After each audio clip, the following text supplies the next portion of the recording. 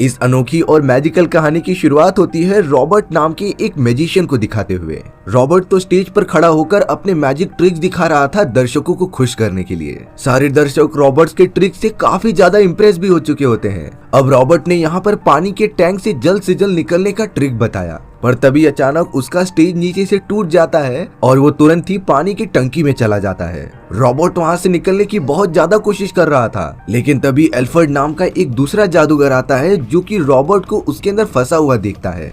लेकिन Alfred Robert को बचाने के लिए कुछ भी नहीं करता।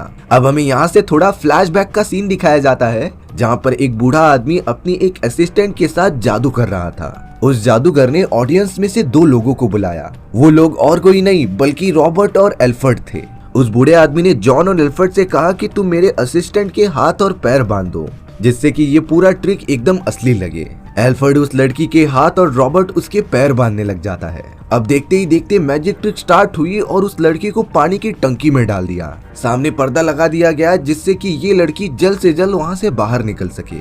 स्टेज के बाजू में ही जॉन नाम का एक दूसरा आदमी खड़ा था जिसने कि ये पूरा शो डिजाइन किया था। वो बार बार घड़ी देखता जा रहा था क्योंकि उस लड़की को 1 मिनट के अंदर वहाँ से बाहर निकलना है। चौंका देने वाली बात तब हो गई कि 1 मिनट के बाद भी वो लड़की बाहर ही नहीं निकलती। जॉन तुरंत एक कुल्हाड़ी लेकर पर्दा हटाता है और वो पानी का टैंक तोड़ने लगता है। वो लड़की तो घुटन के मारे एकदम से चिल्ला रही थी, लेकिन जब तक जॉन ने वो टैंक तोड़कर लड़की को बाहर निकाला तब तक वो अपनी जान छोड़ चुकी थी। रॉबर्ट बहुत ही ज्यादा रो रहा था क्योंकि ये लड़की और कोई नहीं बल्कि उसकी वाइफ थी। वो एकदम से शॉक में हो जाता है कि उसकी वाइफ की इस तरीके से कैसे मौत हो सकती है। अब सभी लोग रॉबर्ट की वाइफ के फ्यूनरल पर मौजूद थे, लेकिन यहाँ रॉबर्ट अपने दोस्त एल्फ्रेड से पूछता है कि आखिर तुमने मेरी वाइफ के हाथ में किस तरीके की गांठ बांधी थी, क्योंकि ये पूरी मैजिकल ट्रिक रस्सी से बांधी गए उस गांठ के ऊपर ही टिकी थी। इसीलिए रॉबर्ट एल्फ्रेड से पूछता है कि आखिर वो कौन सी गांठ थी। एल्फ्रेड तो सीधा सीधा कहता है कि मुझे इस बारे में बिल्कुल भी नहीं पता, जिसके बाद वो तुरंत ही उस जगह से चला गया था। तब से ही रॉबर्ट और एल्फ्रेड के बीच की दोस्ती हमेशा हमेशा के लिए खत्म हो गई। अब हमें उस इंसिडेंट के बाद एल्फ्रेड दिखाया जाता है जो अपने नए मैजिकल ट्रिक की तैयारी कर रहा था। एल्फ्रेड तो अपनी वाइफ सियारा को मैजिकल ट्रिक के बारे में बताता है कि वो एक गन की मदद से दर्शकों में से किसी एक को बुलाकर उसे मारने के लिए कहेगा, लेकिन मैजिक ट्रिक दिखाते हुए मैं गोली को अपने हाथ से पकड़ लूंगा। पर सियारा कहती है कि ये ट्रिक बहुत ही ज्यादा खतरनाक लग रही है और आखिरकार गोली को अपने हाथ से रोकना पॉसिबल कैसे हो सकता है। सियारा ने तो अपने हस्बैंड को बता दिया था कि मैं तुम्हारे बच्चे की माँ बनने वाली हूँ, इसीलिए तुम थोड़ा कम जोखिम उठाओ। इस बात से तो एल्फ्रेड और भी ज्यादा खुश हो जाता है। उसने कहा कि अब मैं अपने बच्चे के लिए ये ट्रिक करके ही रहूंगा। एल्फ्रेड सियारा को बताता है कि इस गन में गोली होगी ही नहीं, बल्कि कोई भी दर्शक फायर करेगा तब उसके अंदर से सिर्फ चिंगारी निकलेगी और फिर मैं अपने हाथ में एक नकली बुलेट पकड़ लूंगा। सारी प्लानिंग अच्छे से होने के बाद एल्फ्रेड दर्शकों के सामने आकर अपने ट्रिक का ऐलान करता है। उसने दर्शकों को गन दे दी थी जिससे कि वो उसके ऊपर फायर कर सके। तभी एक दाढ़ी वाला आदमी गन लेकर एल्फ्रेड के ऊपर पॉइंट कर देता है, लेकिन इससे पहले वो पूछ रहा था कि आखिर तुमने किस तरीके की गांठ बांधी थी। एल्फ्रेड पूरी तरीके से शॉक हो गया था और उसे पता चल जाता है कि ये और कोई नहीं बल्कि रॉबर्ट है। रॉबर्ट को लग रहा था कि उसकी वाइफ की मौत सिर्फ और सिर्फ एल्फ्रेड की गलती की वजह से हुई है,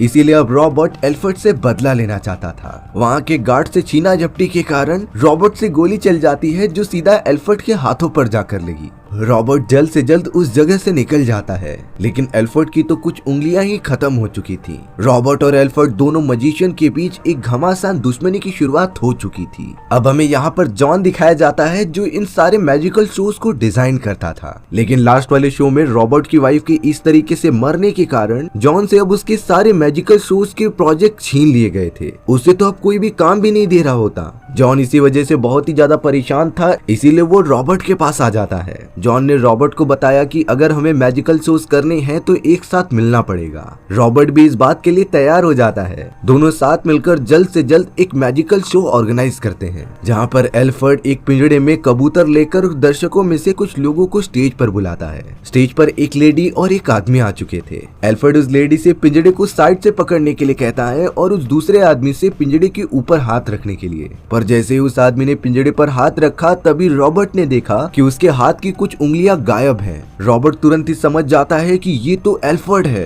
दरअसल एल्फर्ड यहाँ पर रॉबर्ट का वो शो पूरा बर्बाद करने आया था और अब एल्फर्ड पिंजड़े का वो पिन ओपन कर देता है जिससे कि पिंजड़ा एकदम बंद हो गया था। इन सारी चीजों की वजह से अंदर मौजूद वो कबूतर तो मर जाता है, लेकिन उस लेडी के भी दोनों हाथ पिंजड़े के अंदर फंस चुके थे। यानी कि रॉबर्ट एल्फर्ड का पूरा शो बर्बाद करके वहाँ से चला गया था। हालांकि ये सारी चीजें बहुत ही ज्यादा खौफनाक थी, इसीलिए शो का ओनर ये सारी चीजें देखने के बाद रॉबर्ट और जॉन के आने वाले सारे शोज को कैंसिल कर देता है, क्योंकि वो नहीं चाहता था कि इस तरीके का शो कोई भी करे। रॉबर्ट तो एल्फर्ड से बहुत ही ज्यादा गुस्सा हो चुका था। वहीं अब एल्फर्ड भी अपना अकेला शो कंडक्ट करने लगता है जिसके अंदर वो अलग अलग टाइप के मैजिकल शोज दिखाता था। एल्फर्ड और रॉबर्ट दोनों ही पूरी तरीके से ट्राई कर रहे थे अपना अपना शो हिट कराने का।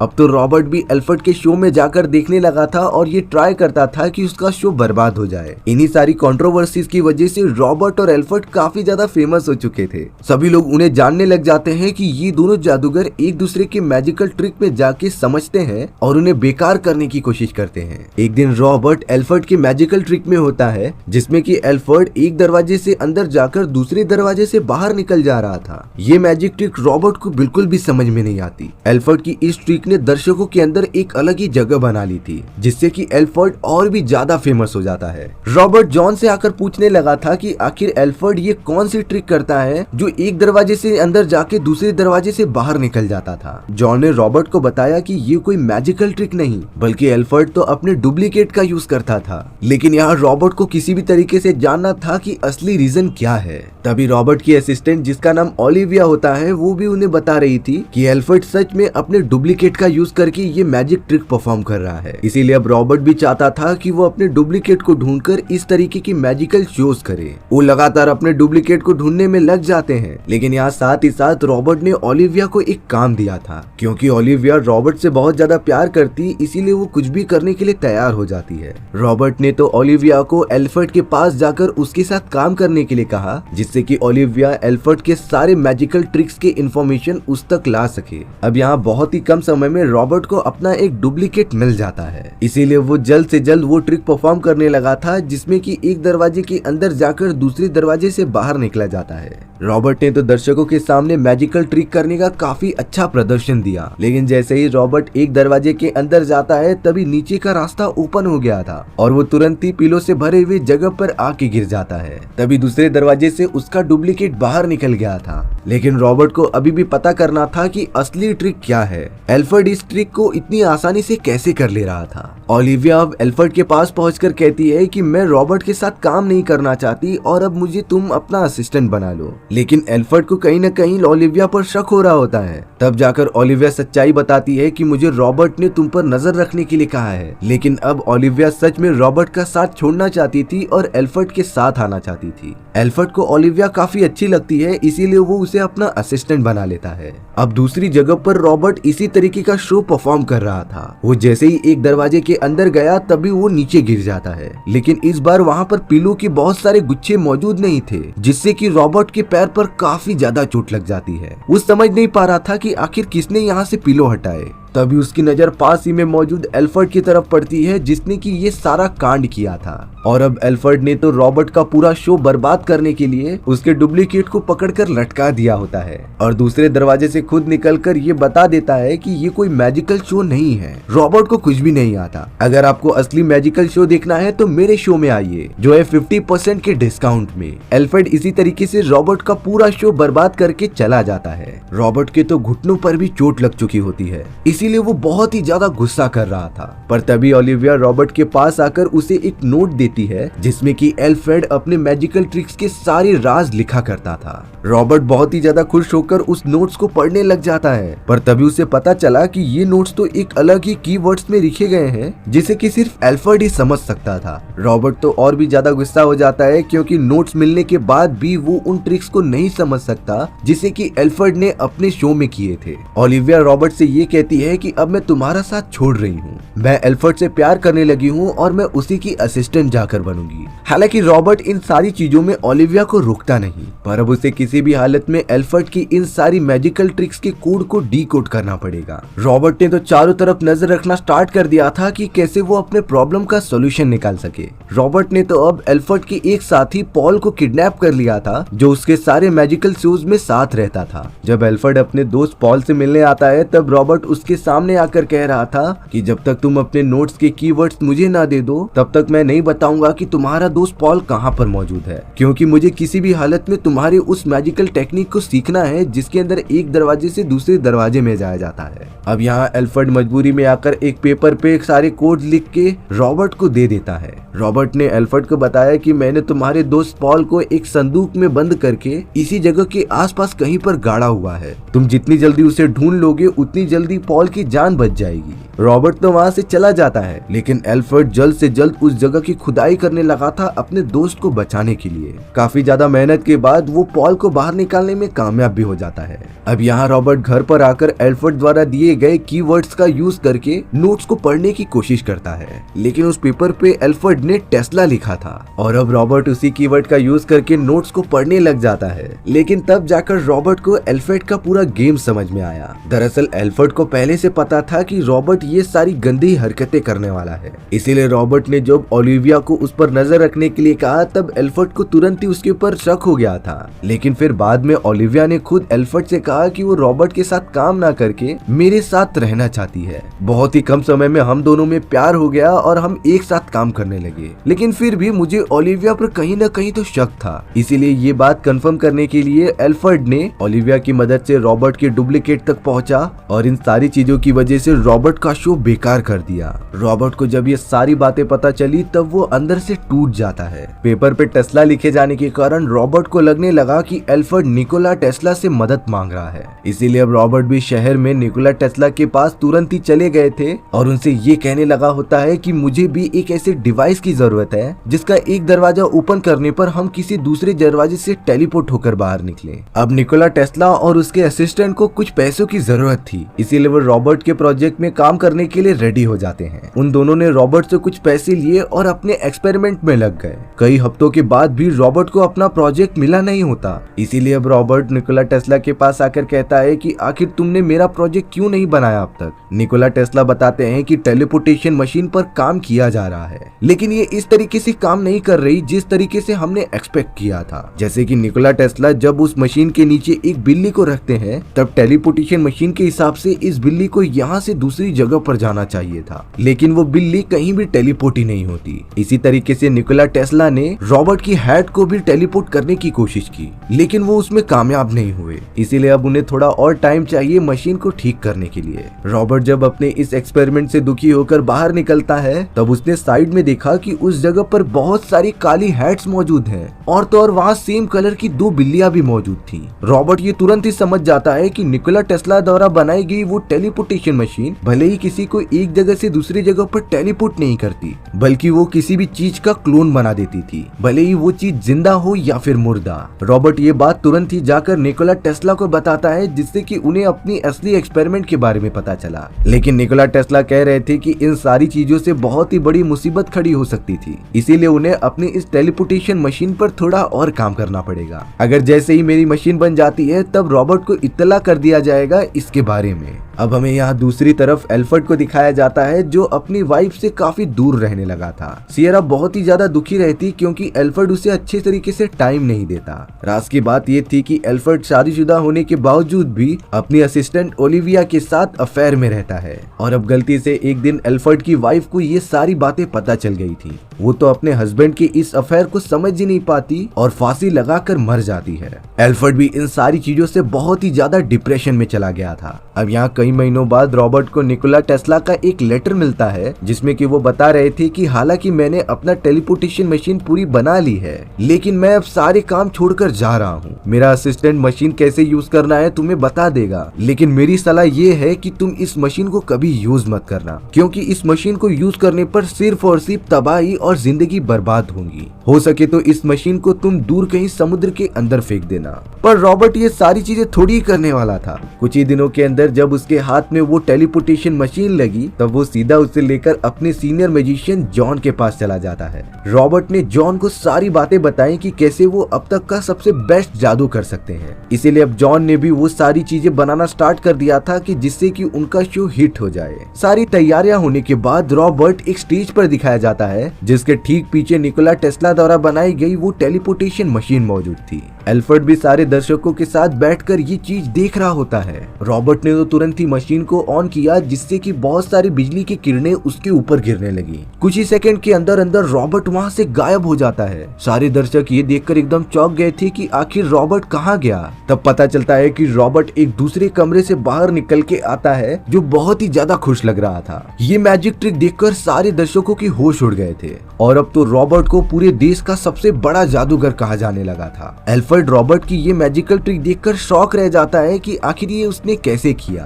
एल्फ्रेड को किसी भी हालत में पता करना था इस मैजिक ट्रिक के बारे में, इसीलिए वो रॉबर्ट के हर एक शो की शुरुआत और एंडिंग में जाकर देखने लगा कि आखिर स्टेज के नीचे जाने पर क्या होता है। एल्फ्रेड ने देखा था कि शो के शुरुआत में कई सारे लोग स्टेज के नीचे पिंजड़े जैसी चीज लेकर जा रहे होते हैं, इसीलिए अब एल्फ्रेड शो के दौरान स्टेज के नीचे चला जाता है ये सारी चीजें देखने के लिए। दरअसल रॉबर्ट जब भी मशीन को ऑन करता तभी चारों तरफ बिजलियां चमकने लगती और जब सबसे ज्यादा बिजली चमकती तब वो अपने आप को स्टेज के नीचे गिरा देता जिससे कि वो डायरेक्टली पानी की टंकी में गिर जाता और उसे लॉक कर देता। एल्फ्रेड भी यही सारी चीजें देखते हुए उस पिंजड़े के पास पहुंच जाता है और ये सेम ही सीन था जिसे कि हमने कहानी की शुरुआत में देखा होता है। एल्फ्रेड अपनी आंखों से देखता है कि रॉबर्ट पानी से भरे हुए पिंजड़े में कैद हुआ था और चिल्ला रहा था। एल्फ्रेड तो रॉबर्ट की जान बचाने की कोशिश भी कर रहा होता है पर तभी वहाँ जॉन आ गया था जिसने कि देखा कि रॉबर्ट तड़पने के कारण मर चुका है और एल्फ्रेड वहाँ पर मौजूद था, यानी कि एल्फ्रेड ने ही रॉबर्ट को मारा है।